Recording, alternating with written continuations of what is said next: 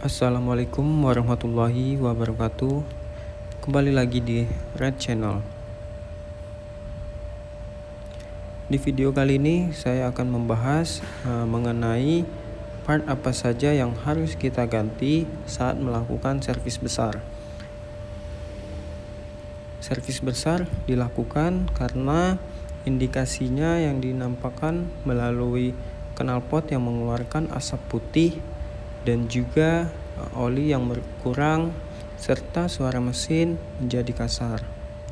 Simak video ini sampai habis untuk mengetahui part mana saja yang harus kita ganti dan wajib kita ganti dan bagaimana kita melakukan pencegahan agar hal tersebut dapat dihindari ataupun tidak terulang kembali.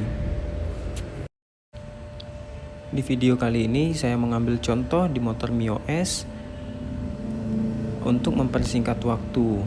Nah, jika ingin mengetahui bagaimana cara membongkar dan memasangnya, silakan simak video saya sebelumnya. Kita langsung saja masuk ke pokok pembahasan. Di sini kita dapat melihat bagian piston. Nah, suara kasar pada kendaraan dapat dikatakan faktor utamanya adalah piston dan blok yang sudah aus ataupun terdapat goresan yang dalam karena putaran mesin yang tinggi namun tidak dilumasi dengan baik.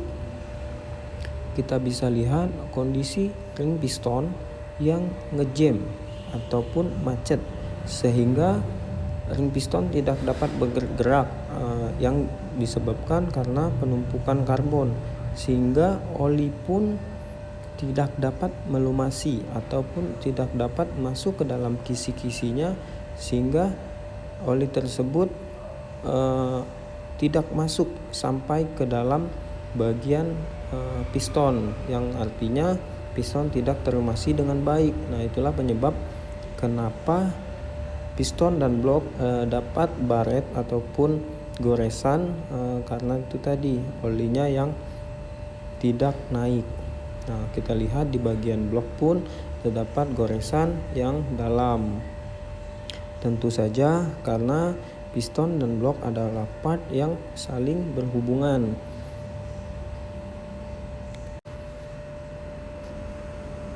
Ini adalah contoh blok yang akan kita ganti. Nah, bloknya kita lihat sendiri sangat baik kondisinya. Nah, saya di sini menyarankan untuk langsung melakukan pergantian piston dan blok dengan part original Yamaha. Tidak menyarankan melakukan pouring ataupun melemer untuk menaikkan diameter karena tentu saja mengingat bahan dari piston dan blok yaitu forget piston dan diasil silinder. Jika kita lakukan pergantian menggunakan part yang tidak original, maka saya pastikan kendaraan tidak akan bertahan lama karena mengingat kembali forget piston dan diasil silinder adalah bahan yang dan proses pembuatan yang sangat baik sehingga kita dapat mengetahui part tersebut sangat baik, sangat kuat dan tentunya ringan. Kemudian untuk part-part yang lain yang tidak kita lakukan pergantian, dibersihkan saja sampai ke lubang-lubang terkecilnya. Pastikan tidak ada tumpukan karbon lagi yang menempel untuk hasil yang lebih maksimal. Nah, kita lihat di sini di bagian head silindernya terlalu banyak ataupun oli yang sudah mengental karena pergantian oli yang sangat lama. Begitu juga di bagian klepnya terdapat tumpukan karbon dan sedikit basah karena oli yang masuk ke ruang bakar.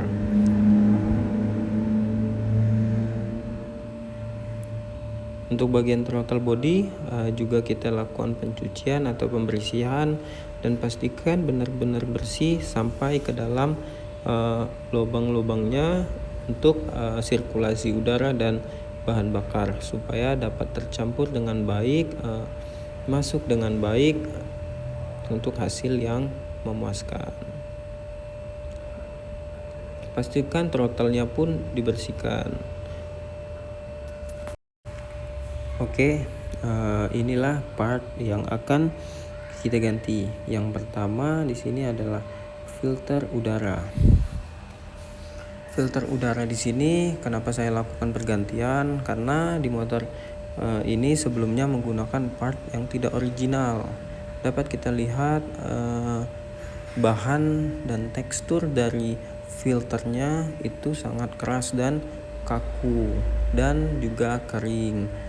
Berbanding terbalik dengan original Yamaha dan teruntuk khusus untuk motornya itu sedikit lembab karena menggunakan cairan khusus.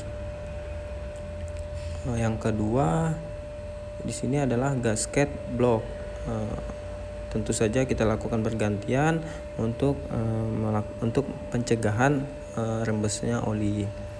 Kemudian seal flap atau valve steam untuk mengikis jumlah oli yang akan masuk ke ruang bakar. Tentu saja ini adalah wajib kita ganti. Kemudian batang klep. Di sini adalah klep exhaust yang harus kita ganti juga karena bagian batang klepnya terdapat keausan. Kemudian gasket decksel. Gasket decksel juga kita harus lakukan pergantian untuk pencegahan rembes dan kompresi yang bocor. Kemudian ini ada klep untuk intake. Sama saja karena terdapat keausan di bagian batang dan payungnya. Kemudian busi juga kita lakukan pergantian karena busi tadi sudah terdapat tumpukan karbon yang banyak dan juga sudah basah karena lumasi oleh oli. Nah, itu dapat berakibat umur pakai busi yang pendek. Ya, selanjutnya kita lakukan saja pembersihan. Nah, di sini saya akan skip untuk proses pembongkaran pemasangan. Jika belum memahami atau mengerti betul tentang proses pembongkaran pemasangan, bisa lanjutkan atau menonton kembali video saya sebelumnya mengenai bagaimana cara membongkar dan pemasangan. Baiklah, saya akan merangkum sedikit kenapa hal tersebut bisa terjadi dan bagaimana cara kita menghindarinya atau bahkan tidak mengulangi hal yang sama, sehingga kita tidak perlu melakukan perbongkaran ataupun servis besar secara terus-menerus karena faktor kita sendiri. Nah, hal tersebut bisa terjadi tentunya yang pertama karena oli mesin. Oli mesin ini sangat berperan penting karena mengingat fungsinya yaitu untuk melumasi, untuk mendinginkan, untuk mengikis, untuk anti karat. Nah, jadi itu fungsi-fungsi oli yang sangat berperan penting pada mesin. Maka sebaiknya kita lakukanlah pergantian sesuai dengan waktunya, sesuai dengan kilometernya, dan pastikan menggunakan part original. Tidak menggonta-ganti jenis oli dengan kekentalan dan tipe yang berbeda-beda. Kemudian cara pakai kita juga harus menyayangi kendaraan kita pribadi, karena mengingat motor tersebut adalah hal ataupun benda yang akan menemani kita kemana saja. Tentu kita harus merawatnya sebaik mungkin. Dan juga cara berkendara kita harus berkendara sesuai dengan sebagaimana mestinya, dan tentunya dengan beban ataupun bobot yang sesuai dengan spesifikasi kendaraan. Nah, untuk menghindari hal-hal tersebut dapat terjadi ataupun terulang kembali, caranya adalah membuat jadwal ataupun pastikan kita melakukan pemeriksaan kendaraan secara rutin, untuk servis secara rutin, pergantian oli secara rutin. Nah, maka dipastikan hal tersebut tidak akan terjadi. Nah, kalaupun terjadi, itu adalah kemungkinannya kecil. Namun yang perlu diingat adalah spare part ataupun kendaraan adalah mesin yang tentunya mempunyai masa pakai, yang tentunya mempunyai cara ataupun tahap-tahap yang harus kita jaga. Nah, spare part pun ada masa pakai, yang artinya jika di bulan ataupun di kilometer tertentu part tersebut memanglah akan aus dan tentunya akan dilakukan pergantian. Oke, terima kasih telah menonton sampai habis. Jangan lupa like, komen, dan subscribe.